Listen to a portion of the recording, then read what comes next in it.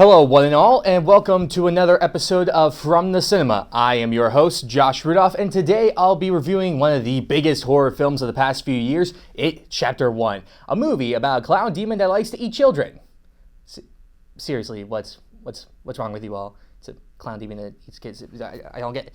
But besides that, since It Chapter 2 comes out tomorrow, I thought that it would make the most sense to review It Chapter 1 because given Stephen King's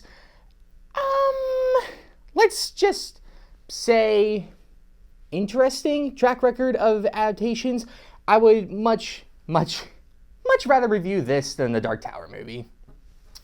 So for those of you that aren't aware, It Chapter 1 is the first half of the adaptation of the Stephen King novel It, a book the size of the Bible, and I'm not joking when I say that I have not read, because I had not read books since I was in middle school, and I might have forgotten some numbers in the alphabet. Do not ask me how I got into college, because even I don't understand. But besides that, this film focuses on a group of kids in the 80s called the Losers Club, as they try to survive a murderous clown demon from killing them and pretty much every other kid in town. So your typical kid stuff that you would find in the 80s during the summer. This talented group of kids includes the likes of Jane Martell playing Bill, Finn Wolfhard playing Richie, Sophia Lillis as Beverly, Jeremy Ray Taylor as Ben, Chosen Jacobs as Mike, Jack Dylan Grazer as Eddie, and Wyatt Olaf as Stanley. Every single one of these kids is fantastic in this movie. In particular, Finn Wolfhard, who steals pretty much every single scene that he's in, and Sophia Lillis, who just gives an incredible and fantastic performance. But none of these performances can hold a candle to our R-rated version of Ronald McDonald that will forever haunt your nightmares or just make you laugh depending on who you are, and that person is Pennywise, played by Bill Skarsgård. He just gives an absolutely incredible performance that is not only terrifying and intimidating, but, somehow can be a little funny at times. But when you see a clown try to eat kids, the fun begins to go away, and you just want to begin to start crying because it's a clown trying to eat kids. I don't know, it's not, no. But these days, most horror films have fairly standard stories that don't do a whole lot to set them apart in their respective genres. Some examples are films like the new Halloween movie, a film called Life, the new Cats movie. And don't question if Cats is a horror movie or not, because it very much is. Just look at those demon eyes. The kids are individually introduced to Pennywise through scares that fit each of their personalities or fears, which is surprising, and I really enjoyed that. It's very clever and helps keep the film feeling fresh each time there's a scare, because you don't know exactly what Pennywise is going to be doing next. As the film goes on, the intensity grows because you have pretty much no idea what Pennywise is going to do next, but because of this, it causes the kids to team up to figure out how they can stop them, and thankfully the kids very rarely ever make stupid decisions, which is just a breath of fresh air. While this allows for interesting scares and a fun time, there are some issues with some elements of the story, though. Some flaws revolve around the town and the adults in particular. While we get hints that there's something off with the adults in this town, there's never really anything that gives us a definitive answer as to why they are the way they are.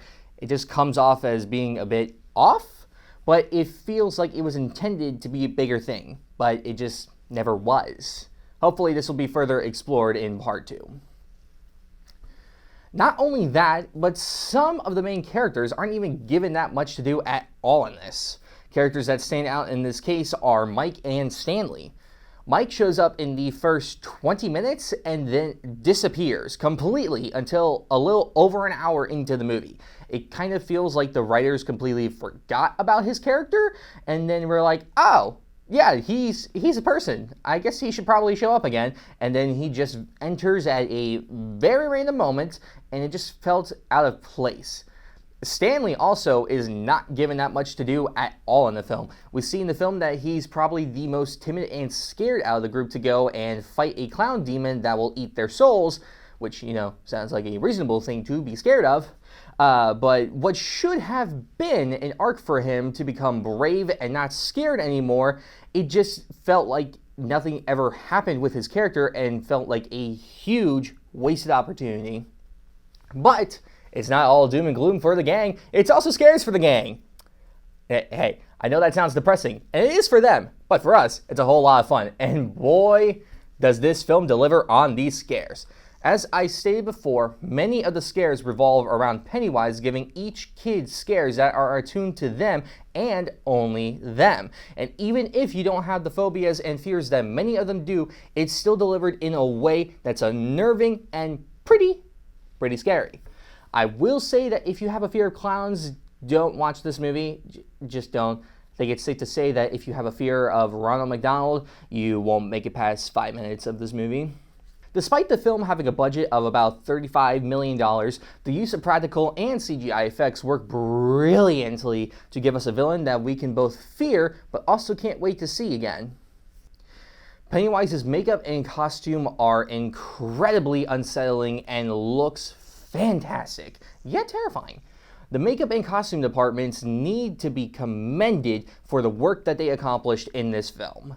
It is just spectacular and amazing. Probably the best horror sequence in the entire film that really shows how great the effects and scares are of the film is the haunted house sequence. I'm not going to give anything away, but let me just say, very unsettling. Might have verbally screamed in the theater like a little girl, and I loved every second of it. One thing that doesn't get talked about enough in terms of scares in the film is the bullies of the movie and how just dark and messed up they are.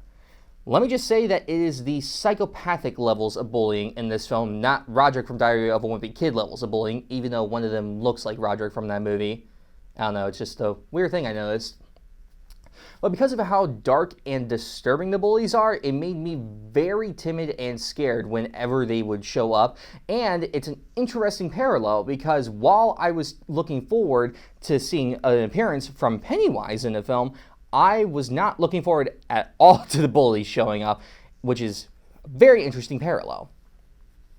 But it is time to discuss something that many people don't think about when they watch film besides us film nerds here, the technical aspects of the film.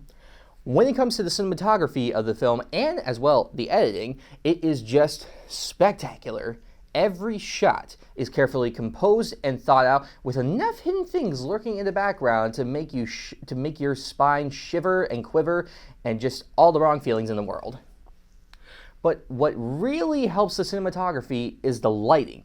Lighting is essential to a horror film because if your film is lit too dimly, you're not going to be able to make anything out and the scares just won't land. And if it's lit too brightly, then you get the film Midsommar, and that's just something that we don't need to talk about.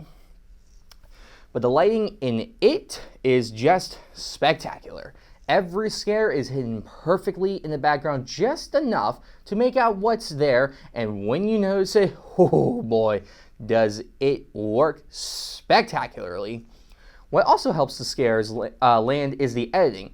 Each shot is never quickly cut between one another and allows us enough time to take in what's happening, which is how a horror movie should do horror. But there are moments where there are some jump scares, and at this point, I've just come to expect that. But it is a bit annoying to still see these pop up in pretty much every horror film these days. Overall, I found It Chapter 1 to be a fantastic and very entertaining horror film that easily stands up against the rest due to its fantastic cast, great story, effective scares, and Bill Skarsgård, he's just the best. As I've stated before, though, the film is not perfect, and I wish that some characters in the world were more fleshed out. But in the grand scale of the whole film, it's honestly just a minor gripe. If you haven't seen It Chapter 1 yet, then I highly recommend you check it out before It Chapter 2 comes out tomorrow. I'm going to give It Chapter 1 an 8 out of 10. I hope you all really enjoyed this segment of From the Cinema. Make sure to follow me and Mason Cable Network on social media and to tune in next week for the next episode. I've been Josh Rudolph, and I will see you all next time.